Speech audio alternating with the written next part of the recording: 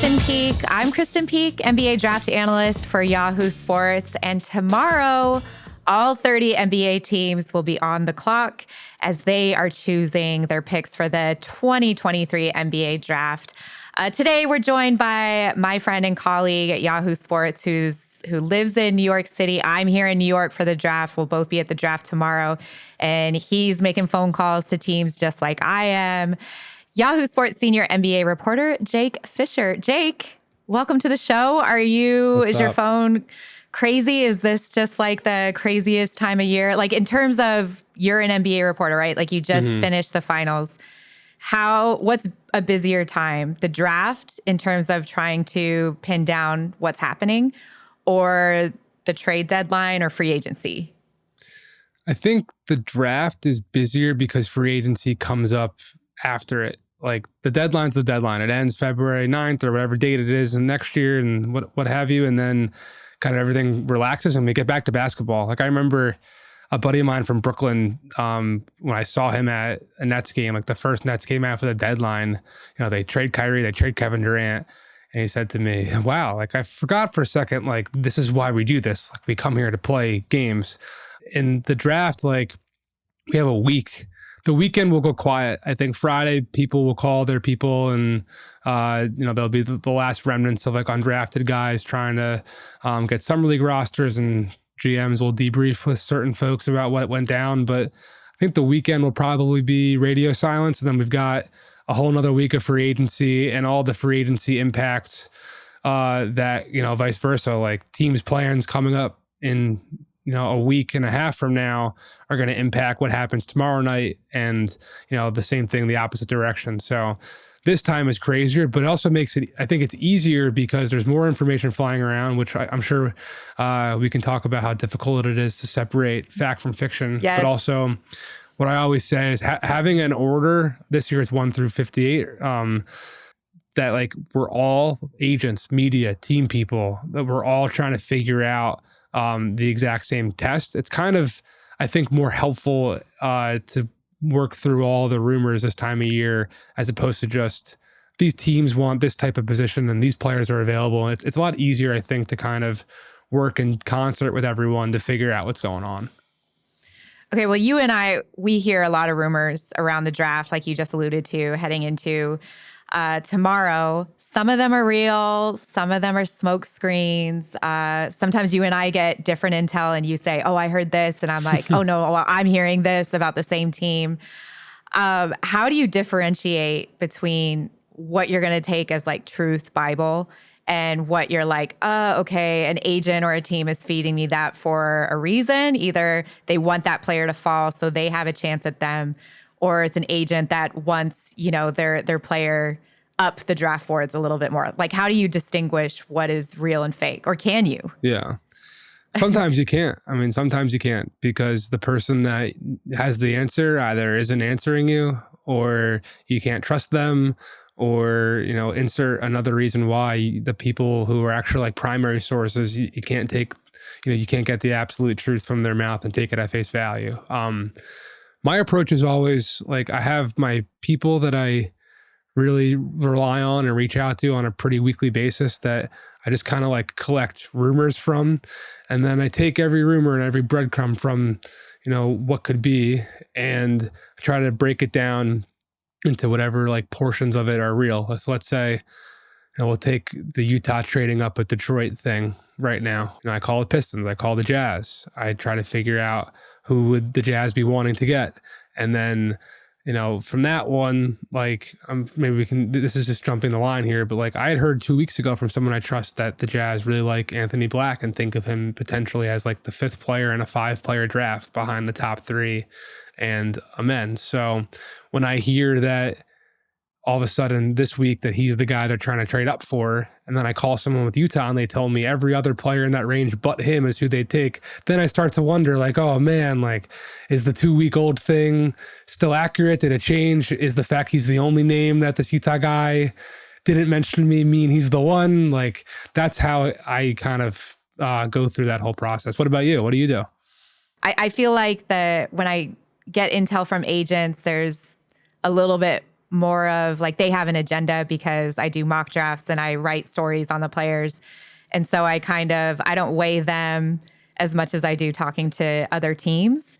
And like you said, I mean, there are some people in this business that you and we're friends on and off the court, I guess you could say, in like a basketball reference, Yeah. So you know who's going to be real with you and who's going to give you decent information if they bring it to you, other than, other people that just might have a different agenda, right? So to me, it's like, I don't really, I don't care to chase all these rumors. I'm not, here to break the news at draft night. I'm here to interview the players and ask the important questions to the players. Like, we had media availability today. So it was, what's the feedback you're getting from them? I know you asked a lot of the players what their draft range was. And I know as a fan of basketball, if I want to know everything about this player that's now joining my team, I want to try to present that information as best as possible, for the fans. Yeah. So to me, this media availability that we were both at on earlier this morning, it's every Wednesday, every year. It's the day before the draft. I think it's like an interesting data point to see what they'll say, because a lot of them, like Keontae George, wouldn't say anything. He was like, "Oh," like a Lakers writer, Dan Wojcicki from the LA Times said, "Oh, I heard about your Lakers workout. Like, how'd that go?" And Keontae kind of looked at him side eye and was like, "How'd you know about that?" And then Toronto's a place that he's been linked at a lot. And so I said, "Well, what about Toronto?" He's like, I want to keep that to myself. So I cannot believe you followed that up after he had just said, "I'm not going to talk about the teams I worked out for." It's a great scene. And I know that you follow up, "Oh, well, what about Toronto?" Like after he had just said that, like I was standing right there. I was like, oh my gosh. And it's funny for me to see Key react that way to that question.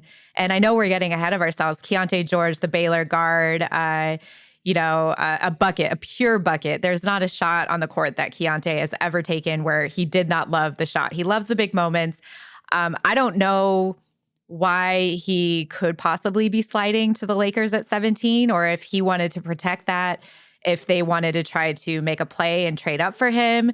I think he will be there at 17. I know he also worked out for the Jazz, so maybe they could be looking at him at 16 as well.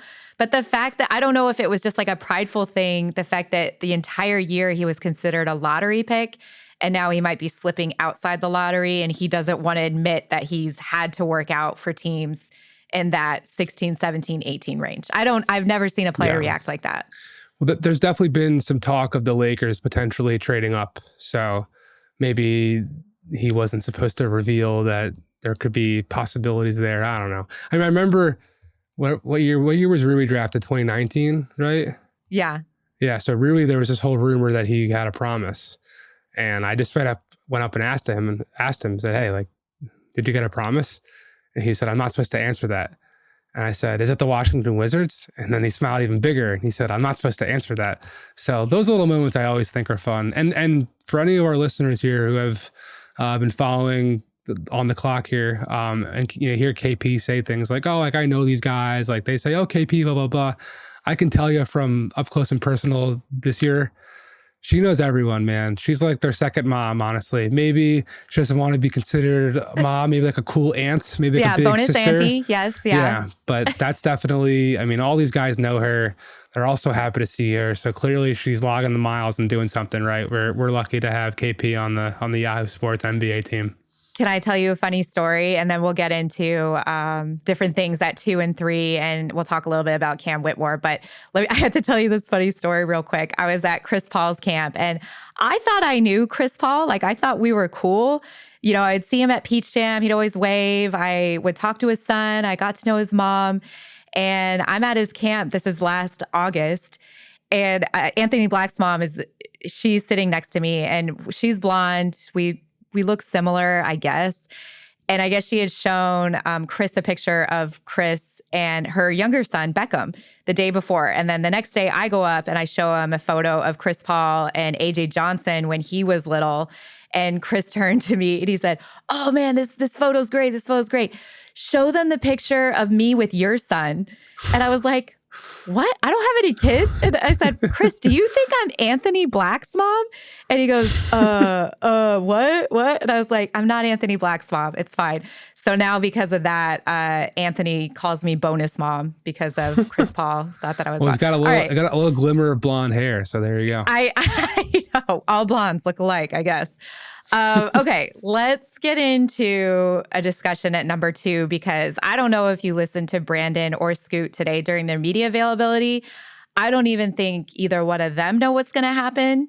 Like they didn't give off any sort of indication that they were leaning one way or the other. That's the impression I got. I did, however, when you were talking about reading in between the lines with little questions that you asked these players, I thought that Brandon was a little bit more proactive and comfortable and excited talking about fitting in there. He said LaMelo Ball was at both his workouts. He said he even, showed him his car collection. So the two of them are already hanging out. Like, I didn't get any of that from Scoot. So if anybody is, I'm leaning a little bit towards Brandon at 2. But when I asked Brandon, I said, do you anticipate you not knowing where you're going to be, either in Charlotte or Portland, all the way up to the draft? Do you anticipate, or do you think you'll get a phone call ahead of that? He's like, I don't think I'll know. I don't think me and Scoot will know until 30 seconds before the commissioner walks out. And I'm like, that's crazy to me that this is such a big decision for them. Where do you feel like they're going to go with that pick? I think that Charlotte has wanted Brandon Miller this whole time, but they know that Scoot should be the pick. And this has been kind of a tug and pull of your heart versus your head. That's kind of the oversimplification, I could say, from everything I've heard from people in and around the organization. With the fit, one thing to keep in mind is that there's going to be new ownership taking over, and Mitch Kupchak and Steve Clifford, by all accounts, both only have 1 year left on their contracts. So taking a perceived better fit that could, in theory, help them reach the postseason next year, I think maybe that's something to keep in mind as well. But I also think that at the end of the day, this pick is going to come down to Michael Jordan. And for a decade now, from conversations I've had with Rich Cho's front office to up till now, Michael Jordan can come in on draft night and change up the board. He can decide to say no to deals coming in that the rest of the front office would want to do. So until the pick is actually in, it could really go any way. But yeah, for now, I'm definitely penciling in Brandon Miller, and I pretty much have since Monday night after word came back about that second workout for both those two guys. Yeah, and I just felt like Brandon today specifically was relaxed talking about his interaction with MJ, was relaxed and very confident with how well he shot the ball and the feedback he's getting. He seems like he's comfortable there.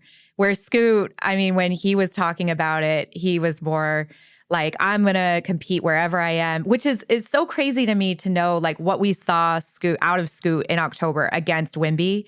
And the best guard in this draft class could be falling to 3. To me, that's crazy. And the next great point guard to enter the league that has been compared, if he hits, between a young Russell Westbrook and a healthy Derrick Rose. I've said this repeatedly on this pod, but that to me is crazy that he could slip to number 3. You and I would both take him too. We're in agreement on that, but we're not the Charlotte Hornets. Yes, I know. Blows my mind. Okay, at number 3, if they take Scoot, are they keeping the pick? Are they trading it? Is Dame happy there? What is happening in Portland that you're hearing? So I've been pretty in touch with Portland throughout this process.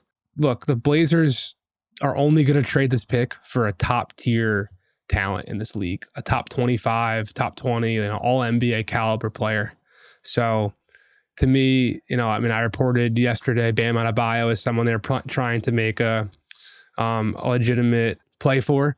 Miami's not going to take that back. I'd be very shocked. No. Pat Riley said that he looks at Adebayo as someone like Udonis Haslem and Dwayne Wade and Alonzo Mourning, franchise caliber guys. Paul George is someone on the radar, but I was told there hasn't really been anything shaking there. So I think they're going to look around the league, and at this point, unless something emerges. I don't buy the Brandon Ingram, Zion Williamson stuff right now. I think they're just going to stay at 3 and take Scoot. I mean, they hired a bunch of people in that front office, like assistant general manager Mike Schmitz, who you've seen all over the years on the road, Yes. who clearly has a huge draft background. And I think there was definitely a nod to potential rebuild, benefiting the draft type of personnel hires that they added under Joe Cronin when he got elevated to the full-time general manager. So maybe there is a 2 timeline thing here where they kind of draft Scoot and they make some other moves like re-signing Jeremy Grant, and they can convince Damian Lillard to stick around.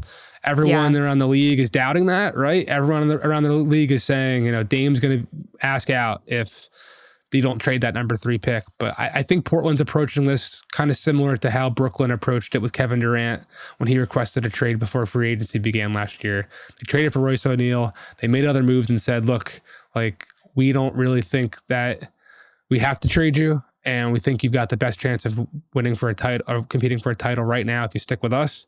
And by offseason's end, he retracted his request to have Sean Marks and Steve Nash fired, and he was a happy camper pretty much until Kyrie took a torch and blew up the whole situation before the deadline. So I don't know. We'll really see. But one thing I'm very confident to say is, like, if they take Scoot as expected, I don't think we're going to have a trade request from Dame at like 10 p.m. on Thursday night or first thing Friday morning or even early in free. I think he is, and the Blazers are of the understanding that this is going to take some time, and they're going to have some off-season stretch here to really kind of figure out a whole total picture of if the Blazers can help Dame compete for a championship.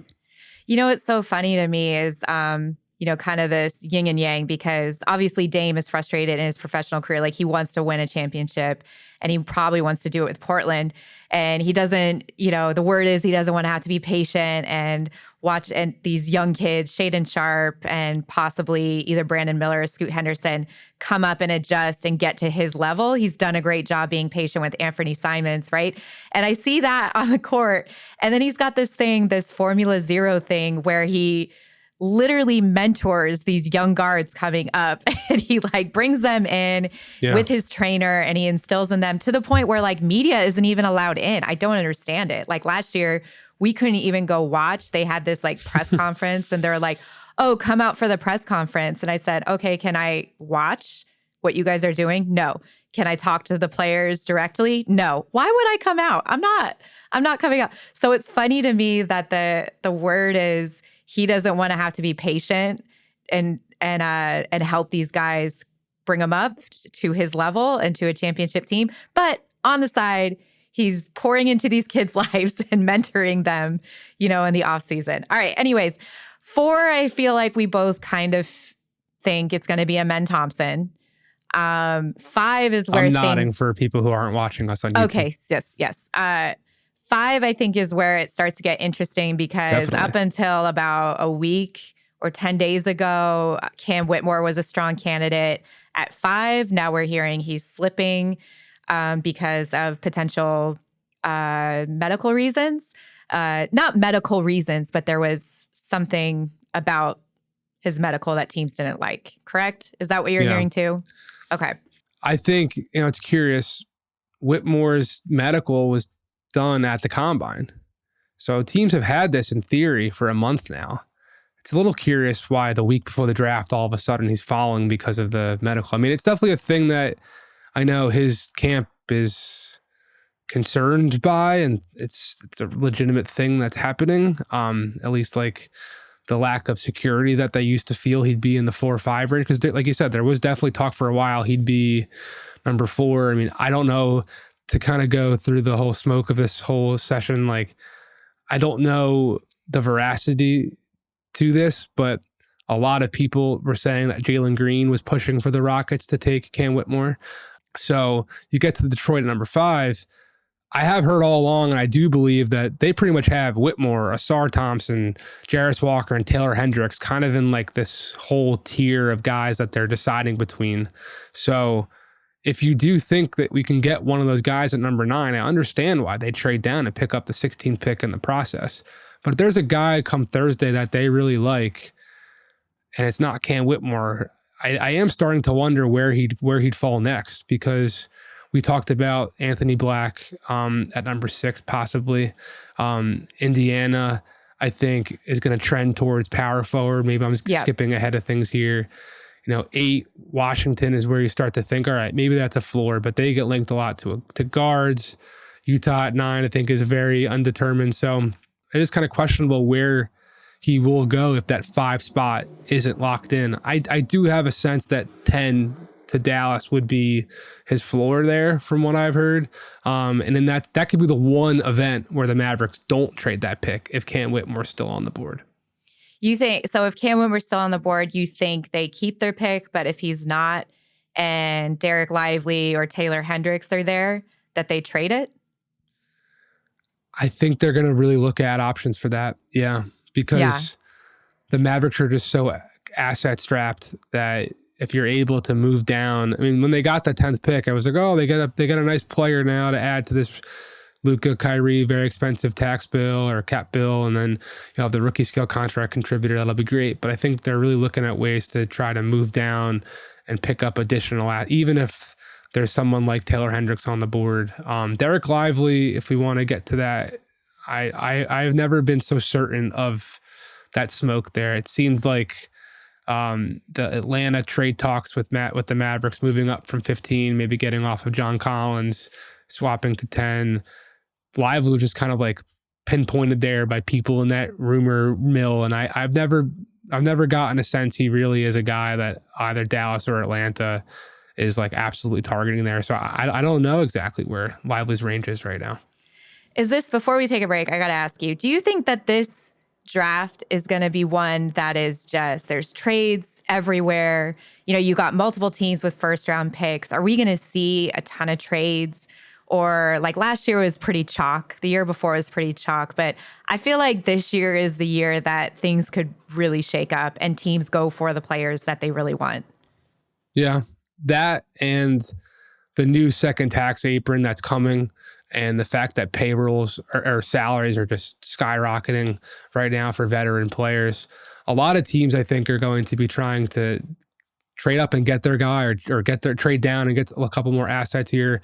The fact that Indiana just moved 29 with Denver this morning to get a future first. I think there'll be a lot of teams like Houston at number 20 who are looking to get future draft capital back, because having access to rookie scale players in this second tax apron environment can just be very valuable. Kind of like in the NFL, where there's that notion like, oh, if you have a rookie scale quarterback, that's when you really have opportunity to spend some money elsewhere on position players that compete. I think we're going to see a ton of trade movement here, specifically with the eye towards getting activity done before these rules flip, and it gets just a lot tougher for teams to wiggle beneath that tax threshold. I feel like you are the perfect person to have on this pod right before the draft, because I don't know anything about taxes or anything that what you just said. I know the players' parents. Yeah. I know what schools they went to. So this is good teamwork. Yes. Yeah. All right. We're going to take a quick break and come back with everything we've heard from the rest of the draft.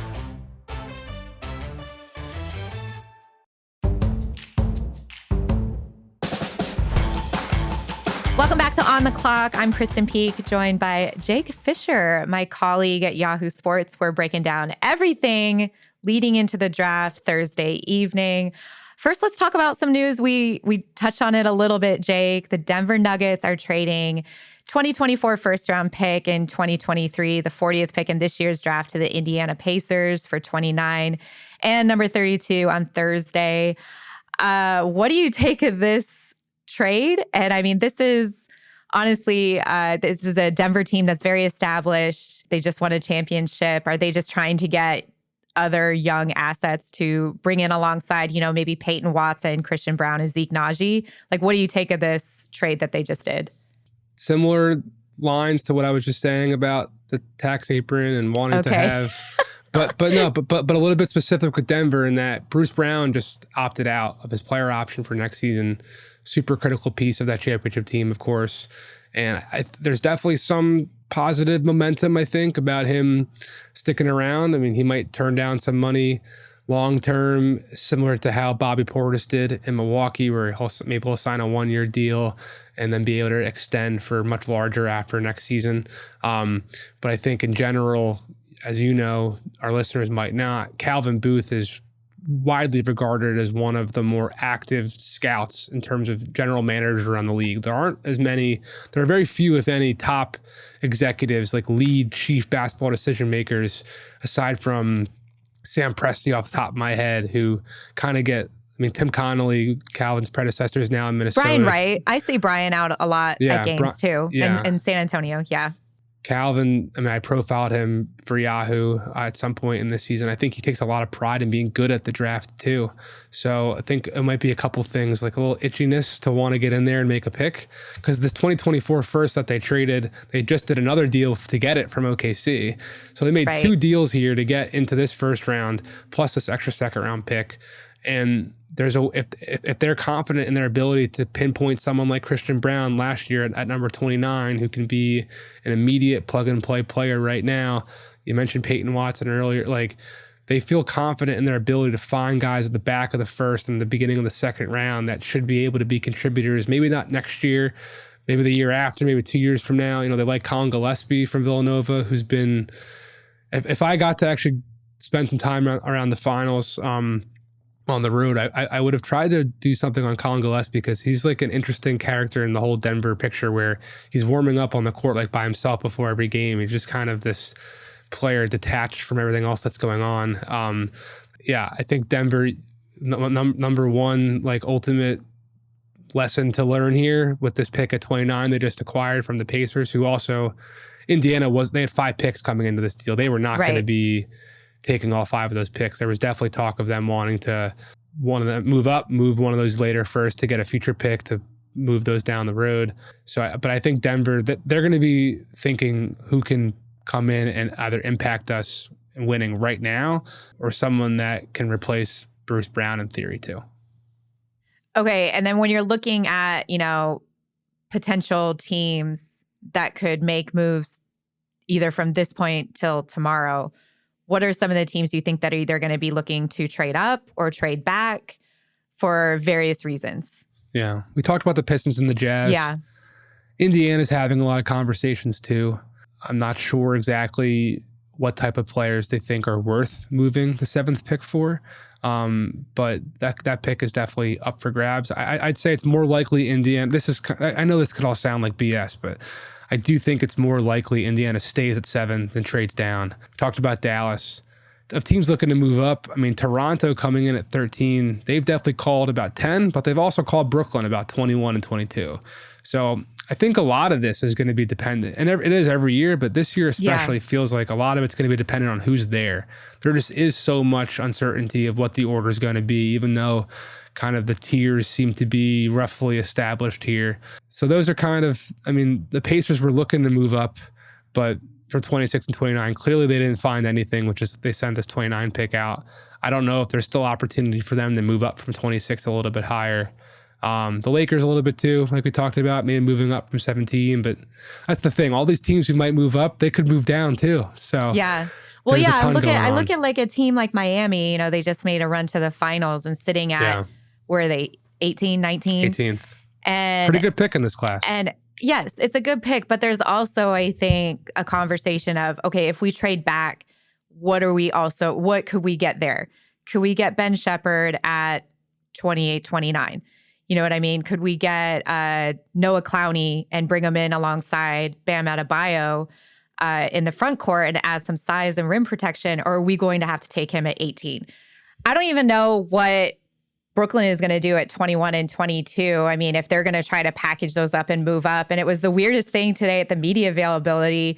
There was this guy there and he just kept asking Kobe about Brooklyn. Like, it was all these questions about, did he meet with the Nets? Did he work out for the Nets? What does he like about the Nets? And Kobe's looking at me and he's just like, what is this guy talking about? I haven't worked out with the Nets. Like, I met with them at the Combine, but you have like 87 meetings during the Combine with these teams. So I don't know if that was like smokescreen or this guy was like a beat writer for the Nets, but Kobe was so confused. He's like, I haven't heard anything that they're trying to make a play and move up for me. But it's interesting when you see teams like that, Jake, that have back-to-back picks.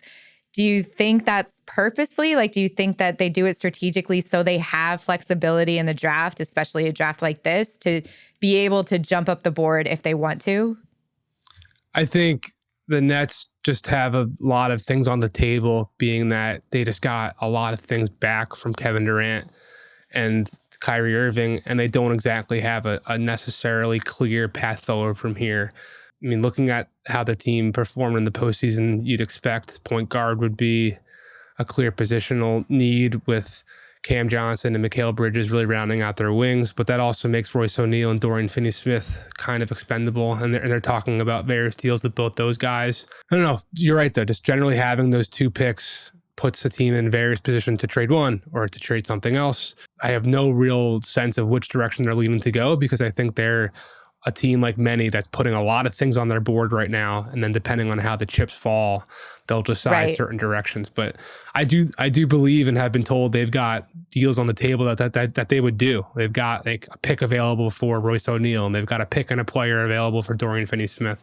So they can go a number of different directions here. Let's talk about a few players.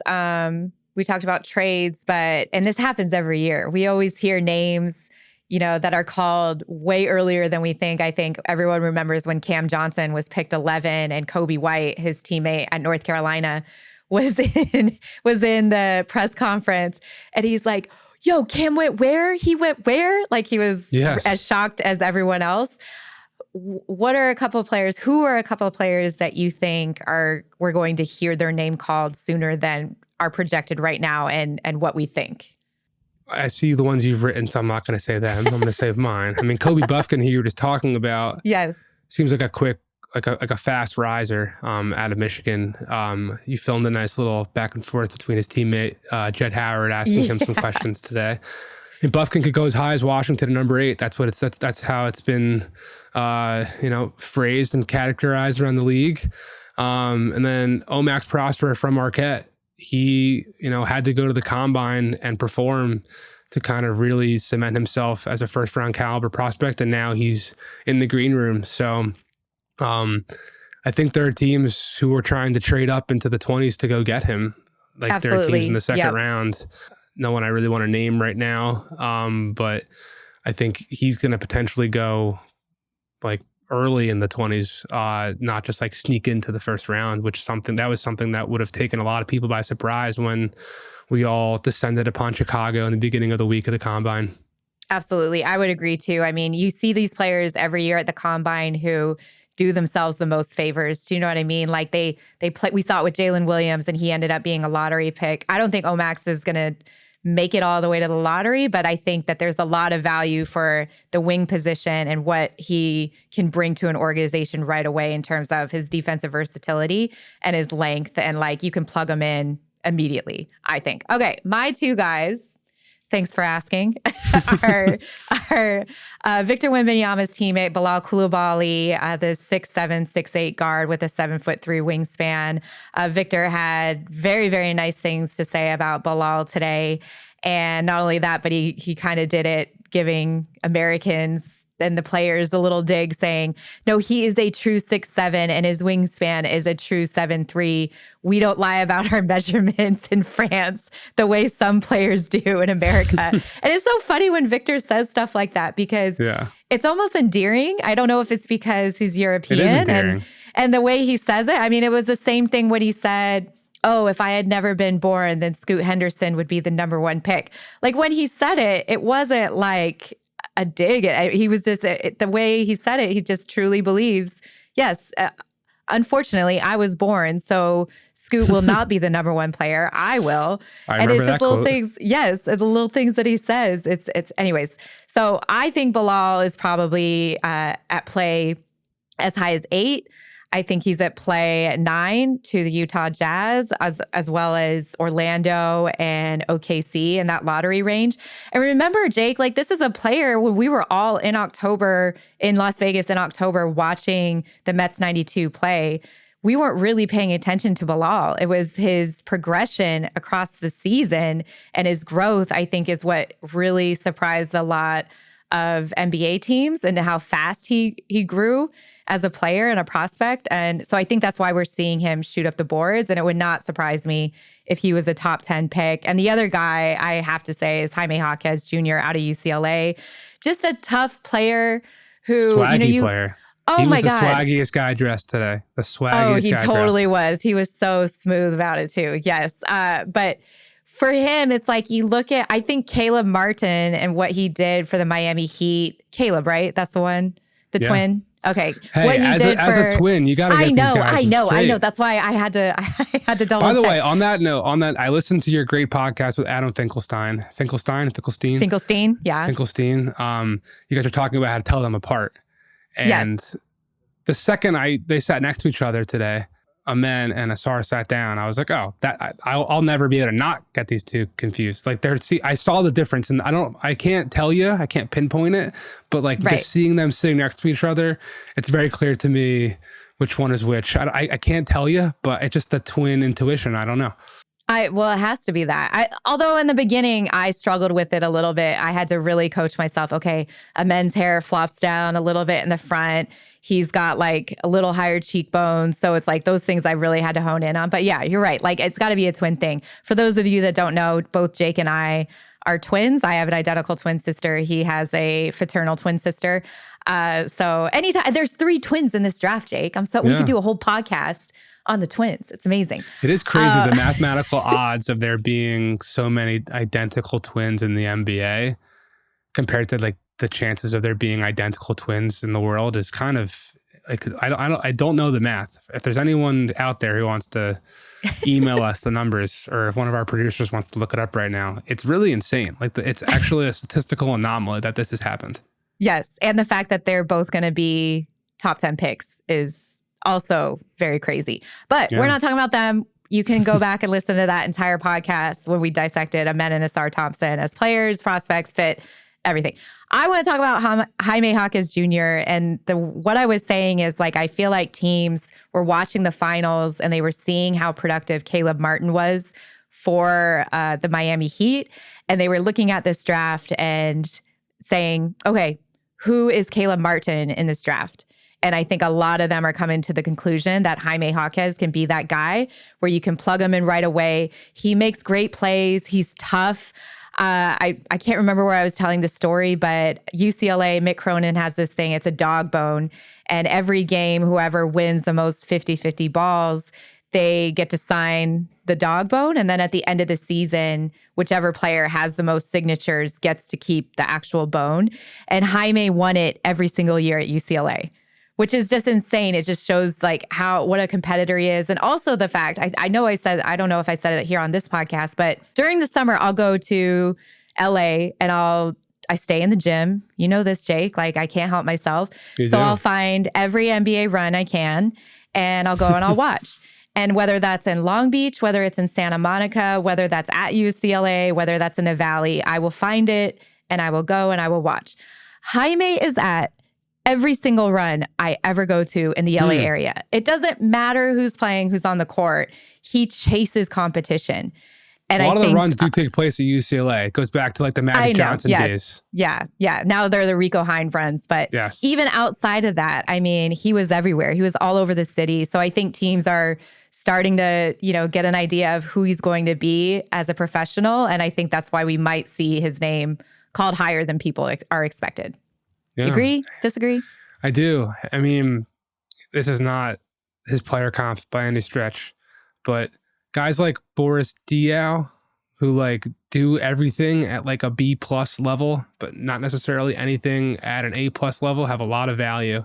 And especially in today's NBA where it's kind of positionless and guys are going to be ending up in a lot of different roles. He seems to have that type of versatility and ball skills, especially in a team like Miami, where he's been pinpointed a lot, where they do a ton of, DHO stuff on the perimeter, and you could have guards be screeners and all that type of stuff. And he also, like, from just 3 minutes standing at his table today, seems like a truly like genuine dude. He's the best. He is the best. He's a great kid. Yeah. I mean, I left, maybe it's the long hair and the kind of free-spirited outfit he wore. He wore this like flowing cardigan, like shorts matching sweater set with like almost looked like a puka shell necklace type thing. Maybe just him and I feel like we'd be friends. Maybe that's why I'm drawn to him. But he just seems like someone who won't have an issue fitting into various different locker rooms. Absolutely. Yeah. And you know what's so funny is like, well, one more thing about Jaime, and then we'll get back to the draft and a couple other players. But what's so funny about Jaime is he's not even the best basketball player in his family. Like, this dude's going to be a first-round pick, and his younger sister, was a McDonald's All-American. She was one of the first girls in Southern California, girls basketball, to dunk in high school. And she could potentially be an All-American at UCLA. The two of them were both playing at UCLA this year, which was, really special for the two of them and their family. Anyways, enough about Jaime Jaquez. Let's just talk quickly about two players. We all remember what happened with Bol, where he was in the green room and he fell all the way to 44. I don't think the players in the green room will fall that far, but we are going to see some players sitting there uncomfortably for longer than they anticipated. We already spoke about Cam Whitmore and, him being projected within the 4 or 5 range. He's probably going to fall a little bit. But who do you think is going to be sitting there longer than people anticipate? I don't know if he'll be disappointed by it, because I asked him about it today. Derek Lively said he thought his range was anywhere from 10 to 20. So if he's still there at 20, it seems like he's mentally prepared for that fact. But I am skeptical, like I was saying earlier at the top, that he's just this fast rising. I think, look, he was the top center prospect coming into this year, right? So I think his case is more so of like, he quote unquote fell because he didn't necessarily meet expectations that were lofty entering the year. I feel like he's just quote unquote risen back to where his range always was going to be, which is like a mid first round pick. I'm not expecting him to just be the surefire lottery guy. If he goes 10, great. Like I'll be happy for him. He'll be a good pick. If you ask 100 different executives to rank these prospects 1 through 25, there's going to be crazy amounts of variance of where certain guys go and fall. But I'm not necessarily buying that he's a top 10 guy. I think he's more closer to that 13, 14, 15 range. And I'm not necessarily saying like those teams are going to take him, because there's a ton of trade stuff happening like we talked about all show. But yeah, I don't think he's going to be knocking down the door of getting into the, top half of the lottery. Got it. My guy, I would have to say, is a player that, coming out of high school, especially at the McDonald's All-American game, he was the most talked about player between NBA scouts that were there. And they were really excited to see what he was going to be able to do at Arkansas this year, particularly playing alongside Anthony Black. And that's Nick Smith Jr. And, he kind of had an up and down short career in college at Arkansas. He had that knee injury, decided to come back. I know there was these conversations, should he have come back? If he wouldn't have come back, would it have helped his draft stock?